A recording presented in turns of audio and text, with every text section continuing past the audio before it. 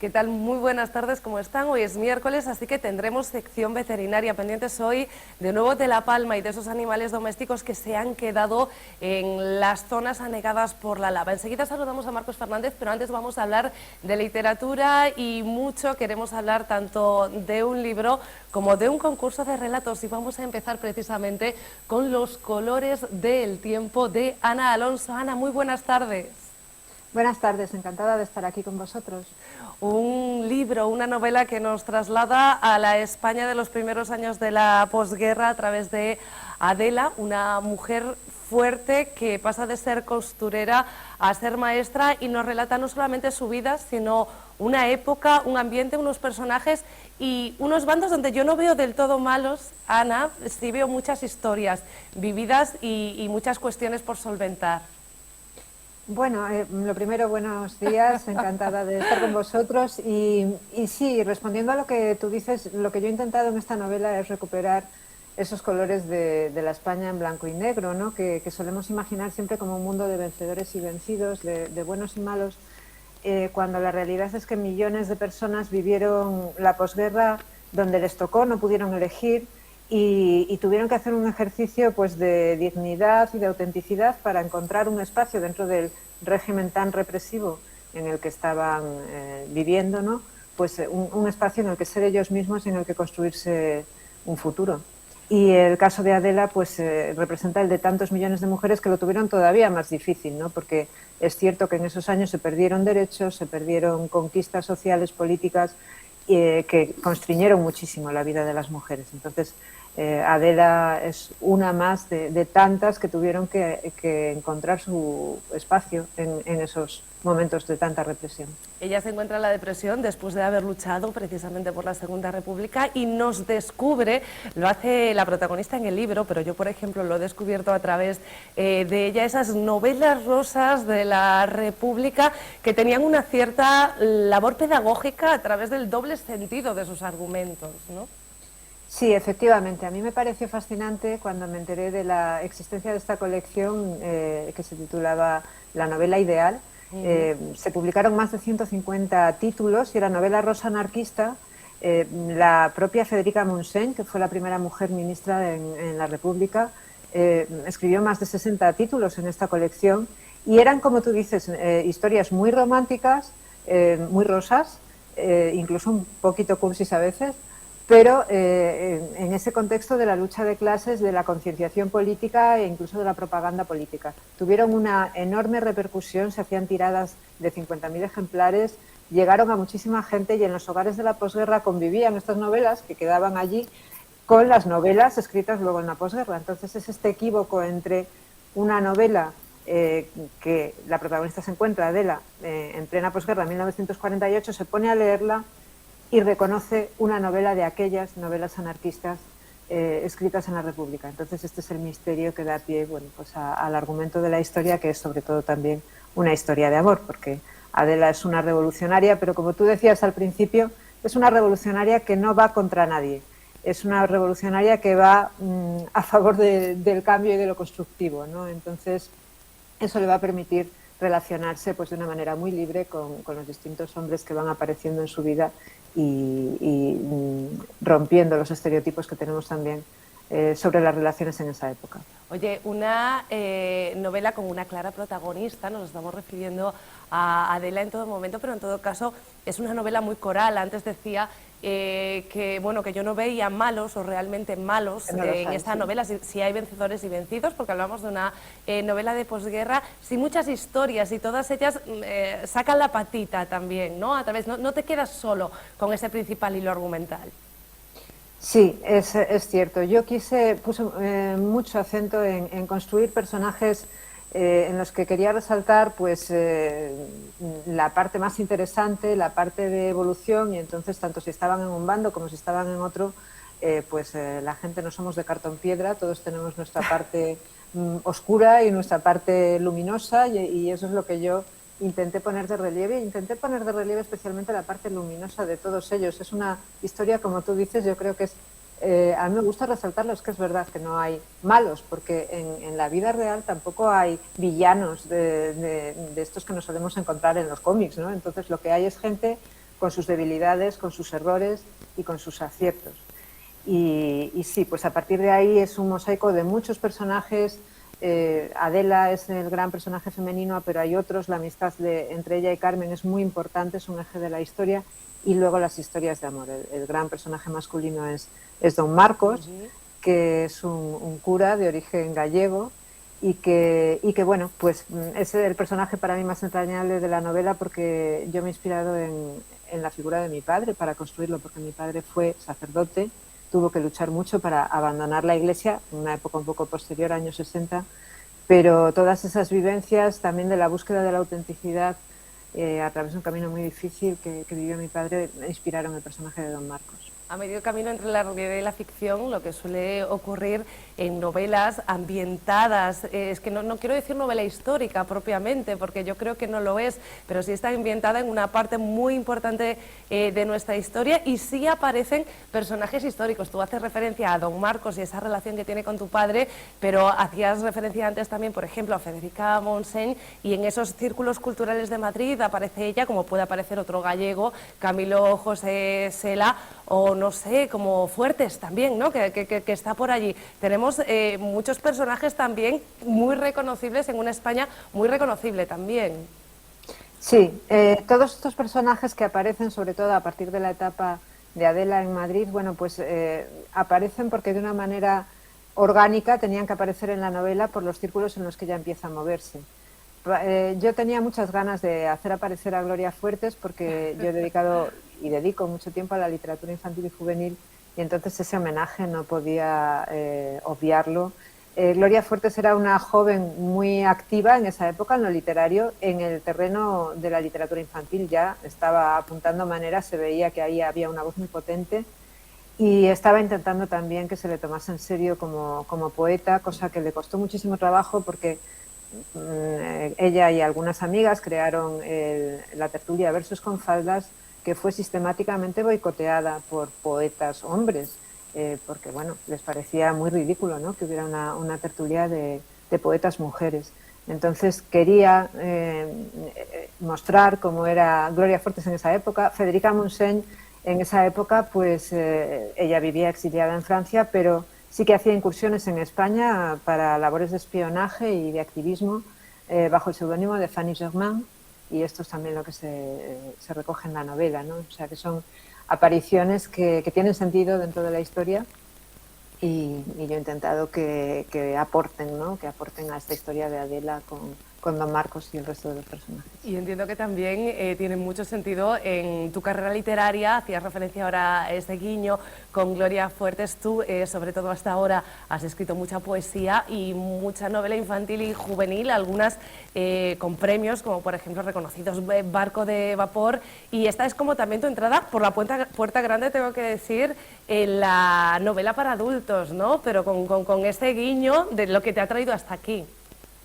Sí, sí, yo creo que era inevitable, porque además dentro del recorrido que hace Adela para reconstruirse como persona después de un periodo tan devastador como el que ha vivido, ella lo que hace es recuperar la mirada de la infancia, incluso la recupera a través de la literatura para niños. Como eso es algo que yo he vivido también en lo personal, yo creo que una manera de superar pues las grandes catástrofes de tu vida, en mi caso pues fue un cáncer de mama y tantas otras cosas, ¿no?, que nos pueden pasar, y la manera a veces es recuperar la mirada de la infancia y esa recuperación de la comunicación con los niños, ¿no? Entonces es un eje de la novela, desde luego, y un homenaje a todo ese mundo de la literatura infantil y juvenil, que es fascinante, en el que yo me siento muy, muy agradecida, y bueno, pues me gusta mucho estar ahí, ese contacto con los niños me aporta muchísimo. Y qué importante es saber escuchar tanto a los niños como a los mayores, porque no se me escapa, lo he leído por ahí, que esta novela no hubiera sido posible sin esas conversaciones con tu madre, que ojo, que el confinamiento nos ha dejado muchas cosas y entre otras cosas a ti, tiempo aunque la distancia, pues para rememorar historias de la juventud, en este caso de tu madre, hacías también alusión a tu padre y todo esto ha sido el germen, ¿no?, de esta novela. Así es, sí, durante el confinamiento mi madre, que tiene 88 años, está ciega. Bueno, pues lo vivió con muchísima angustia, como lo vivimos todos, y yo, por el hecho de estar en otra ciudad, no poder verla durante 3 meses. Entonces se me ocurrió hacerle entrevistas cada día, muy largas, preguntándole cosas. Yo las preparaba por la mañana, preguntándole cosas sobre su infancia, y me contó tantísimas cosas maravillosas que, bueno, pues me dio el cuerpo de la novela, tantos detalles que aparecen en la novela, que están tomados de esas largas conversaciones con mi madre, que después extendí a los padres y madres de mis amigos también, porque me empezaron a llegar también sus testimonios, y les preparaba también entrevistas para ellos, y así tuve un mosaico mucho más amplio de niños que habían vivido la posguerra en diferentes ciudades, desde diferentes posiciones políticas, también de sus familias, y esto me brindó una visión muy amplia y muy en color, muy alejada del blanco y negro que asociamos a la posguerra. Y así es, esta novela muy alejada del blanco y negro, los colores del tiempo, editorial Espasa, de Ana Alonso. Ana, muchísimas gracias, de verdad, encantadísima. Muchísimas gracias, ha sido un placer enorme.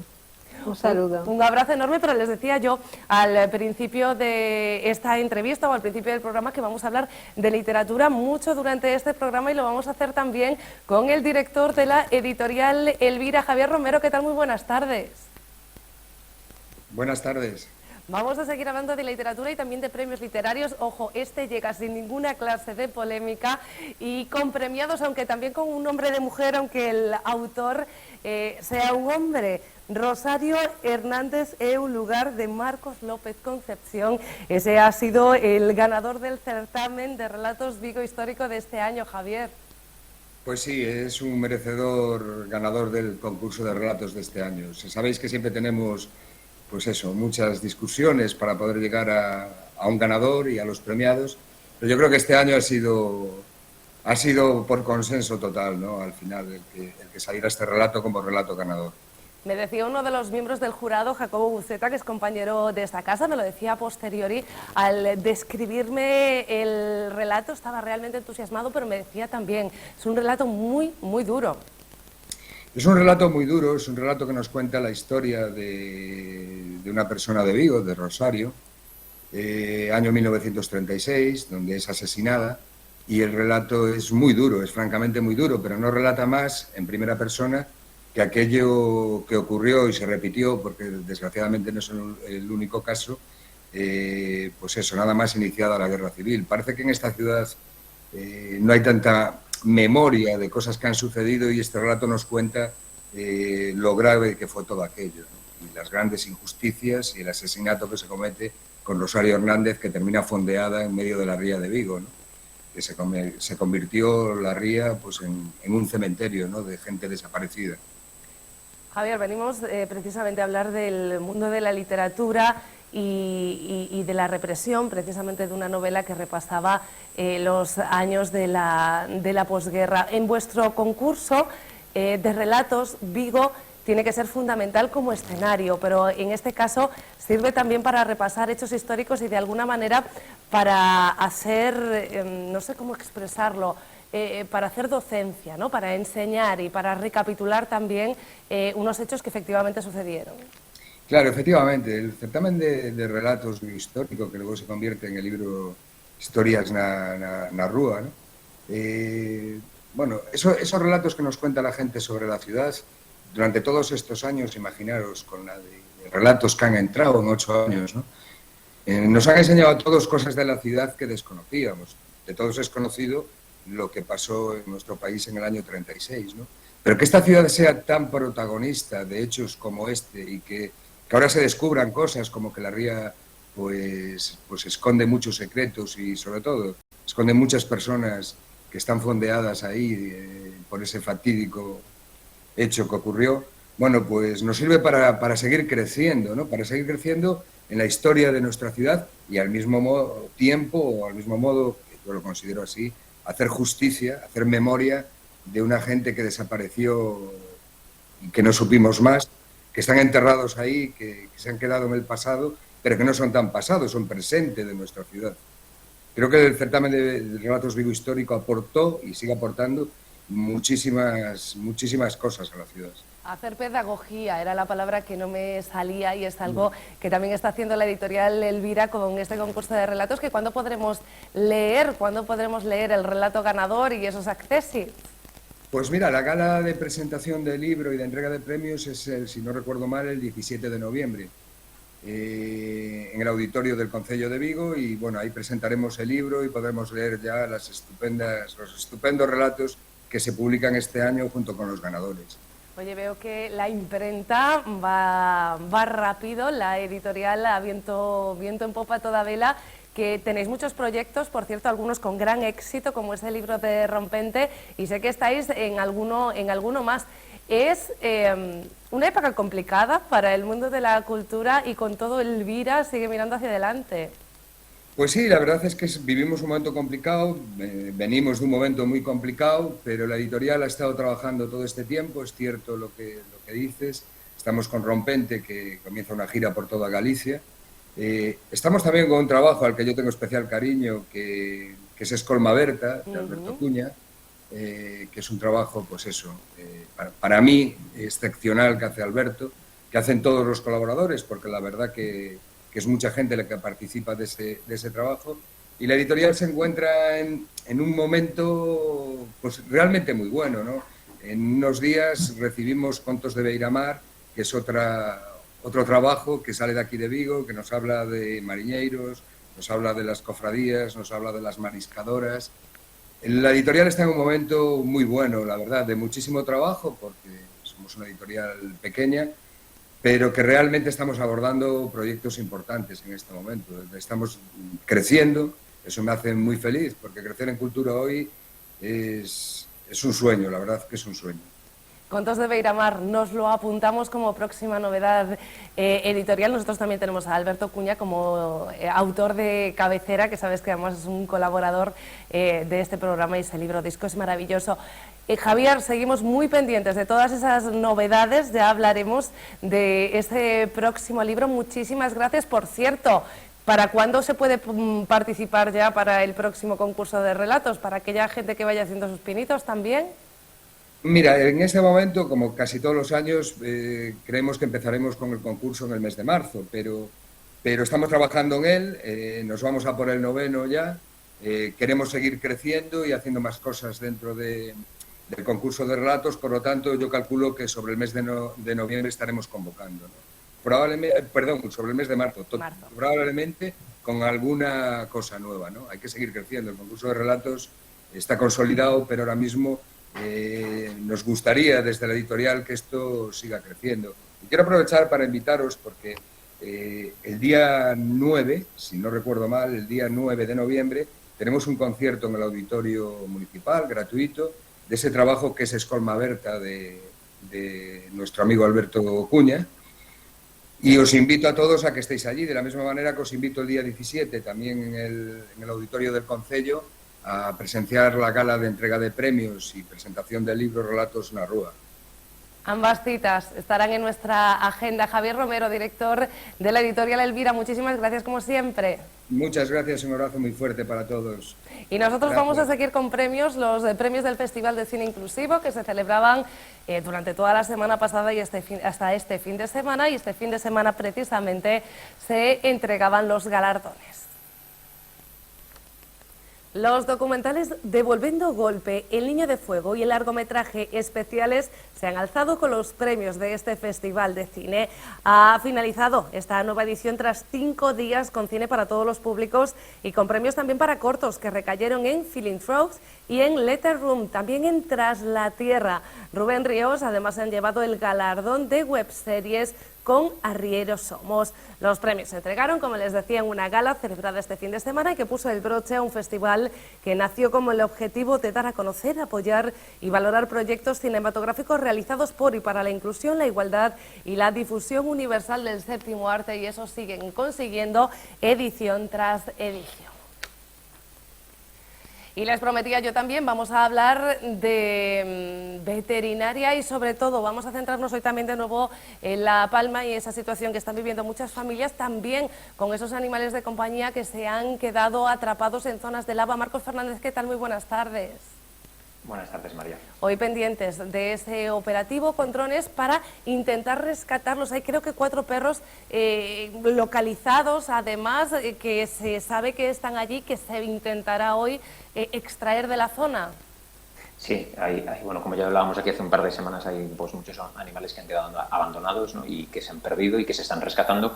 Y en concreto estos 4 perros que tú decías que estaban pues como en 2 estanques muy próximos a alguna de las coladas de lava y que desde hace días ya se les está alimentando y dando agua gracias a empresas con drones, ¿no? Que les están proporcionando ese alimento.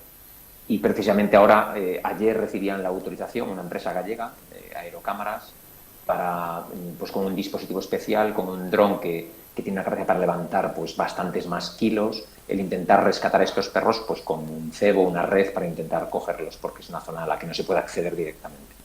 La labor es muy complicada, estamos grabando este programa a las 12 del mediodía, o sea que entiendo que sobre las 3, que deben ser ahora, ya tendremos algunos más datos, pero bueno, también en este caso se ve, sabemos que hay mucha gente insensible, pero estamos viendo la sensibilidad de muchas personas, a veces al frente de empresas también, sí, para con estos animales, ¿no? Hemos visto cómo se ha recogido alimentos, que por cierto que había problemas también en Vigo para enviar esos que se han recaudado durante los últimos días, y que incluso la ayuda llega a ser tanta que bueno, que nos dicen esperad un poco, ¿no? En este caso, pues la ayuda, sí, de alimentos.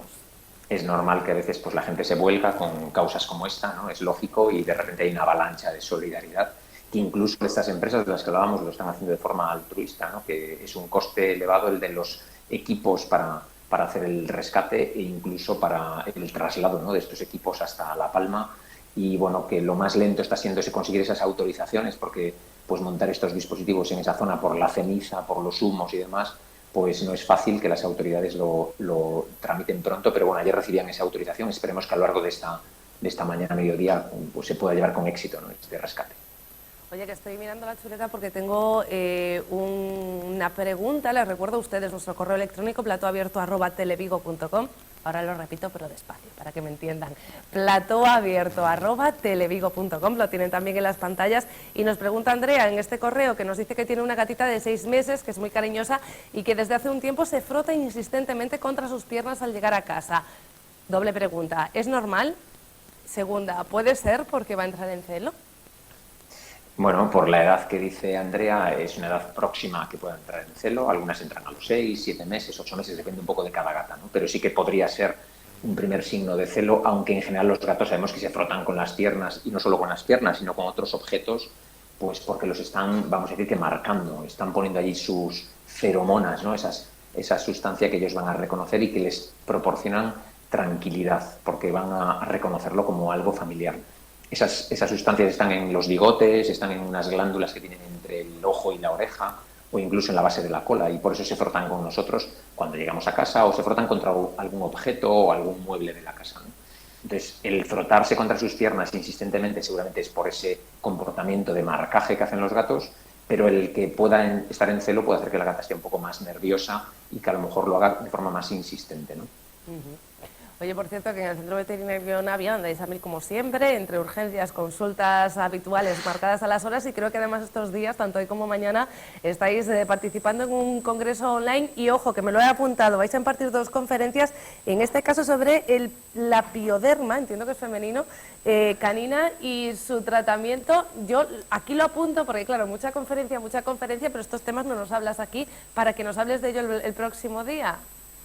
Sí, si quieres hablamos para la próxima semana de lo que es ¿La o él, de momento? Dime. Eso es una buena pregunta, porque hay discusión sobre si es femenino o si es masculino. Vaya. De hecho, estamos habituados, yo siempre digo una pioderma en femenino, pero hay compañeros que hablan de el pioderma, o sea que están aceptados los 2 términos, ¿vale? Pero hay discusión científica entre si es femenino o masculino.